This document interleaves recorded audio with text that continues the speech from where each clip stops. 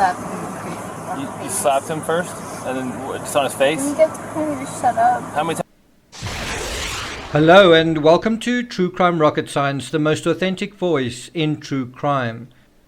The second body cam from the Moab incident reveals two very important insights in a crucial area. Gabby is asked why the fight happened, what happened, and how it happened. Briefly, she explained that she was stressed and anxious. This led to a controlling reaction from Brian, which led to Gabby becoming more anxious and Brian telling her to shut up, once again trying to control her. Just shut up. How many? And so this is important. It's when he tells her to shut up that she hits him. And then the officer asks her, And then just on his face? You get to kind of just shut up. How many times did you slap Bravo, him? Romeo, India, Alpha, November. Just a couple. And then what? And then his reaction was to do what? Grab my arm until I wouldn't slap him. He just grabbed you? Yeah. Did he? Well, Be he honest. like grabbed my face. Just like, he didn't like hit me in the face. Like, he didn't like punch me in the face or anything. Did he slap your face or what? Well, like, he like grabbed me like with his nail, and I guess like.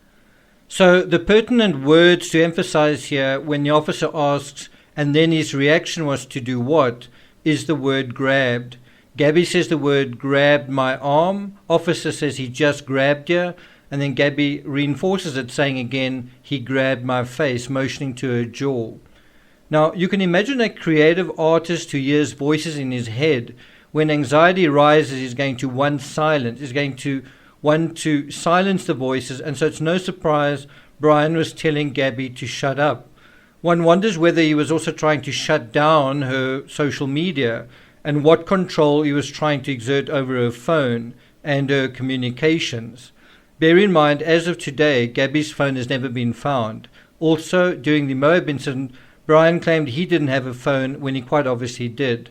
If there's an impression that Barefoot Brian is some kind of nature wunderkind who lives off the grid and goes on Bear Grylls survival adventures, well, it's a false impression.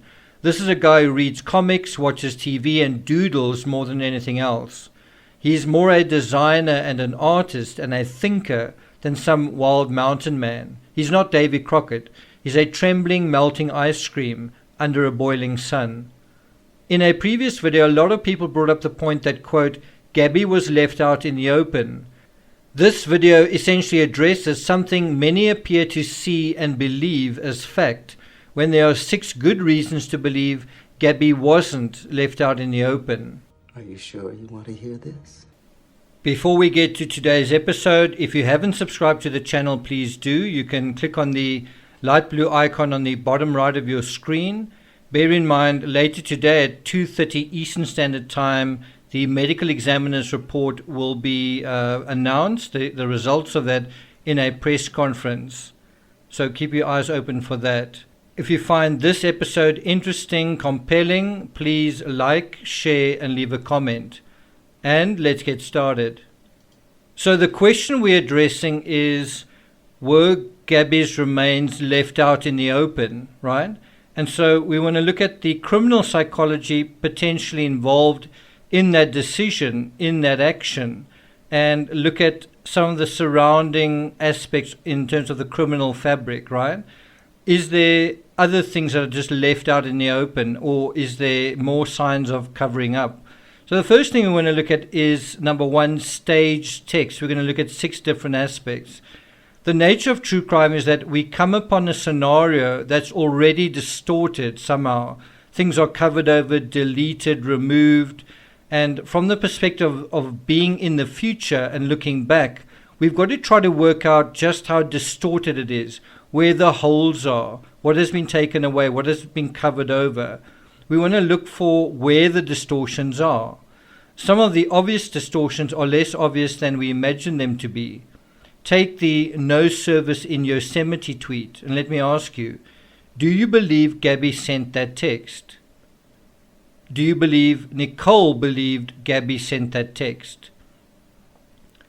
On August 30th, at the time the text was sent, do you think Nicole believed the text was legit? So if you think about those questions and think about the answers, you can see how reality can shift. as more information comes to light. Now it's obvious that Gabby's last text was dodgy as hell and probably not sent by her because she had probably died 2 days earlier. When Gabby's mother told the media that she said the last text Gabby apparently sent, that she didn't believe it was from her daughter, that was on September 15th, 4 days after Gabby was reported missing, but a very long time since Nicole Schmidt had actually heard from her daughter. Does that make sense? So that's the one point to make. How we come upon a crime scene isn't necessarily the way it was left. How we think about it isn't the way some of the people closely involved in it thought about it to begin with. So in the same way Gabby's mother first accepted the last text at face value, which explains why Gabby was missing for quite a while before she was reported missing by her family, we must also be careful to assume where Gabby was found is the way she was left. Things aren't always as they seem, even seemingly obvious things. And if there's any genre or any kind of situation where things aren't always as they seem, it's true crime. The way someone presents themselves, what they say, and scenarios. I mean, a crime scene is all about a scenario that isn't always as it seems. The other thing to remember is a staged text is a misdirection. A staged text is an effort to cover up an actual situation. Is Gabby okay? Is she missing, or is she okay just somewhere where she can't communicate? The staged text basically buys the perpetrator time and confuses the reality surrounding where she is, what happened to her, and most important, when something happened to her. The when is being distorted here. And I do think in time there's going to be a weird irony in probably the motive of the killer is probably going to be something trying to silence Gabby, right? Whereas what is going on here with the no service in Yosemite is also something like that.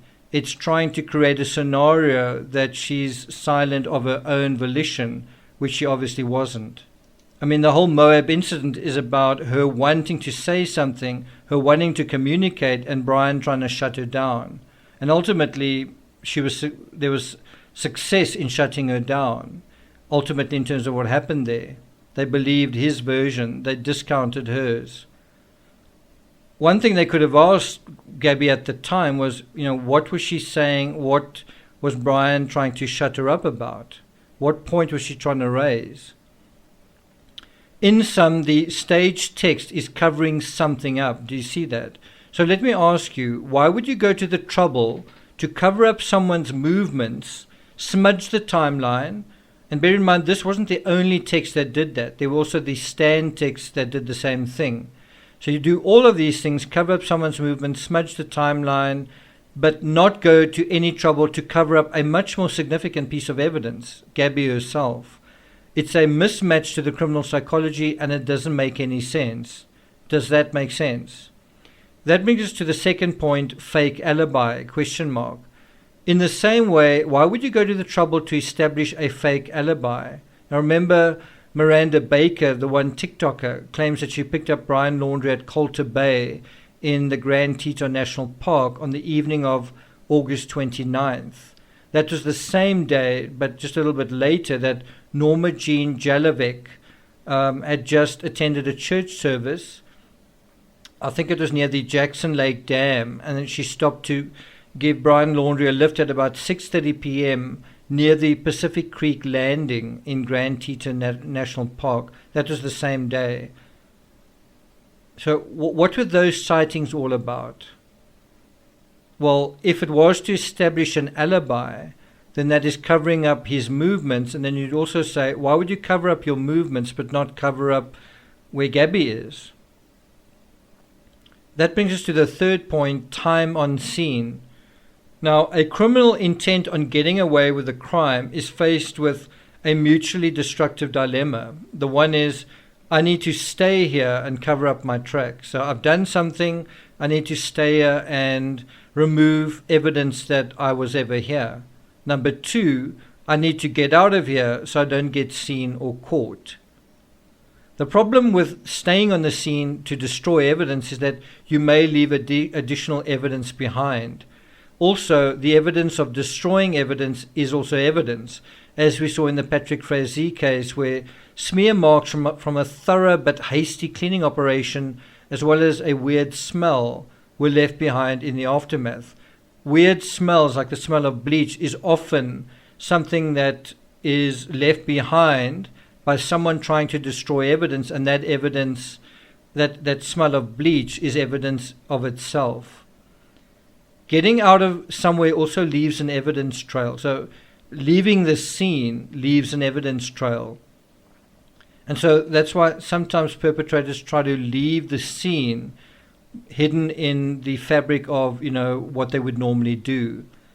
So we can also ask, if something happened to Gabby, of all the places Brian ought to have been, why wouldn't it be where he last saw Gabby, rather than 1,000 miles away?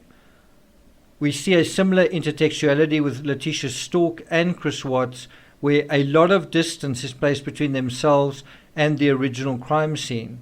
We see the suggestion of something similar, perhaps, in the Laurie Vallow case, as well as perhaps in the Suzanne Morphew case. The bottom line when it comes to time on scene is that Brian appeared to spend at least 2 entire days in the area, the 28th and the 29th. If Gabby's remains were out in the open the whole time, what was he doing there? Was he trying to get caught or trying not to? I think you can also make the counter argument that if Gabby's remains were exposed the entire time, if there was no effort to bury her remains or hide her remains, then why wouldn't the perpetrator just leave immediately? And that brings us to the fourth point, transit time. We don't know exactly when Brian left the Spread Creek camp. We don't know what time of day exactly when, or when exactly Brian arrived back home at his parents' home in Northport, Florida. As far as we know, Brian's return journey of 2,370 miles, that's almost 4,000 kilometers, that's 3,815 kilometers, happened over the course of just 3 days, August 30th, August 31st, and September 1st. That's an average of 12 hours driving per day. That's a lot. Why did Brian drive back so quickly? Also, if he'd flown back on a previous occasion, especially since the vehicle wasn't his, why didn't he fly back a second time? Did Brian or Gabby communicate other instances of there being no service somewhere closer to home on their way through Utah and other states? Nicole Schmidt will probably be able to answer that question. What needs to be understood is the contrast between being in one place for 2 to 3 days, that's the Spread Creek camp, not taking any photos in this unusually spectacular setting, not doing any social media, and then suddenly turning around and speeding on home. It may seem like a silly point, but when Gabby was reported missing on September 11th, her mother Nicole initially assumed Brian was still in Wyoming, right? They kind of assumed that Brian was missing with Nicole. And yes, he ought to have been. Was this assumption something Brian would have wanted? Would it have suited him to disguise where he was? Or was he being perfectly clear where he was, checking in frequently? In short, was he uncovering and transparent about his movements or not? If not, why would he want Gabby's position to be uncovered, transparent and clear if he didn't want his own to be? And how about now? Is Brian clear about where he is now and when he left? Why not? And that brings us to the penultimate point here, number 5, lack of urgency, conviction and communication during an emergency. So you can ask any 911 caller, and you can ask anyone who's familiar with true crime, when there's a real emergency, when something serious has happened to someone, there is just, it's not negotiable. There's no debate about it. There's a huge amount of urgency. There's a huge amount of conviction in someone's actions. There's a lot of communication surrounding an emergency. Communication ticks up. Conviction ticks up. Urgency ticks up. So when you see the opposite, a lack of urgency, a lack of conviction, a lack of communication, or an apparent lack of communication, these are all red flags. I didn't want to admit it, but I felt it the night I found out the van was in Florida on the 11th. I felt in my heart that she was gone. As far as we knew, our daughter was camping. And we actually thought they were both missing at that point in time when we were calling them. I was worried about both of them. So if we review that transcript from the Dr. Phil interview with Gabby Petito's parents, Nicole says, I didn't want to admit it, but I felt it, meaning intuition that Gabby was no longer alive. The night I found out the van was in Florida, the night, right? On the 11th, as far as we knew, our daughter was camping. In other words, as far as we knew until that moment, she'd been camping all along. Then Joe kind of added, we actually thought they were both missing at that point, meaning September 11. And so do you think that Brian helped create that impression, or that impression just happened to be the impression that was created? So without knowing the finer details, in broad strokes, Brian arrives home on September 1st, and the same day Cassie, Brian's older sister, finds out Brian is home. None of Gabby's family members do. Brian doesn't communicate with them, and neither do Brian's parents, and neither does Cassie, for 10 straight days. But the part I want to contrast is Brian arrives home, and immediately, the same day, Cassie finds out where Brian is, and kind of, there's a little bit of communication about where he is and what is going on. But 10 days pass where none of the family members find out. And I think that's something else besides Brian's parents. You've also got to wonder, did Cassie know where Gabby was, and did Cassie think to contact Gabby's parents, or did someone tell her that somebody had? Besides not talking to Gabby's parents, Brian's parents don't answer numerous calls and texts, even when it becomes increasingly obvious that this is a serious and then an emergency situation. A lot of people have described that behavior as odd. It's a urgent situation, it's an emergency situation. It turned out to be a real, almost like the worst possible outcome situation, and yet within all of that, Brian's parents do nothing and say nothing to someone that had lived under their own roof. Even when Joe Petito, Gabby's father, informs the Laundries that he's going to call the cops, they continue to remain silent. Odd behavior, right? Would you say that's being transparent and clear and cooperative about the situation, or not being transparent, not being clear, not lifting the veil and uncovering the true state of affairs? Right. So you have all of this, but Gabby was left out in plain sight. And that brings us to the crime scene itself. This is point number 6, exposure to the environment. Now, if you look carefully at some of the crime scene images from the Spread Creek camp, it appears the original campsite terrain has recently been flooded.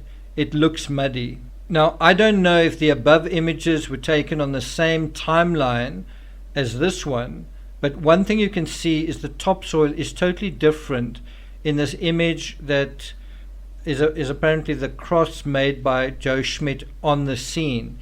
Can you see the substrate is a totally different kind of surface? It's not muddy. It's sort of a kind of a soil that looks almost like chocolate cake, right? It contains leaf debris and fairly dry soil, or you could say moist soil, but certainly not mud. Gabby's remains were apparently right in front of a cleared area where the tent was erected, and you can see a roughly rectangular clearing in this image. Now, in terms of some of the other crime scene photos, a lot of people have argued saying that these aren't evidence markers. It's something to do with needing to fell trees and clear wood debris, but you would certainly not do that on rocks. And there are also numbers carved in some of these markings. There's a number 15 on a trunk and a number, what looks like, I think, a number 21. And so I really don't think that these are not crime scene related. But you see, once again, people are arguing about reality. What is reality? What is the significance of these marks? Now, Gabby's remains were likely in the outdoor environment of the campsite from August 27th to around September 19th, a period exceeding 3 weeks. Regardless of how Gabby's remains were left, they would have been altered a great deal by environmental conditions, rain, sun, small and larger organisms, perhaps moving water. Someone made quite an interesting comment that perhaps Gabby's remains were left inside a tent or under a tarp. That'll probably be revealed in the autopsy findings if that was the case. But then you can't imagine how animals or scavengers could have gotten hold of her if she was in a sort of a protected barrier type covering, such as a tarp or something like that. I also think it's possible that her remains may have shifted somewhat compared to where she was originally left. Now, if there was a controlling, secretive personality associated with this crime, and if the crime itself occurred to silence the victim, now bear in mind what she said. And then what, just on his face? You get to kind of just shut up. How many times did you? So, as I say, if the crime itself occurred to silence the victim, why would the perpetrator not try to conceal the remains? In other words, try to silence the visuals, right? Try to remove the visuals from view, either by covering it with brush or leaves, of which there was a lot in the area, or by placing a cairn of rocks over it, or both. And I do think it's possible that this idea of placing the cross made out of rocks may have come from the original way that the body was covered. Given all the instances of subterfuge, deception, and possible covering up of what happened to Gabby, why wouldn't there be actual covering up of the most important artifact in the criminal schema, Gabby herself? Conclusion. As mentioned at the outset, how you find a crime scene is not necessarily how it was left by the perpetrator. JonBenet Ramsey is a classic case of this. So, let me ask you again, regardless of how Gabby was found, do you think whoever left her where she was left her out in the open? Thank you for listening, and I'll see you guys next time.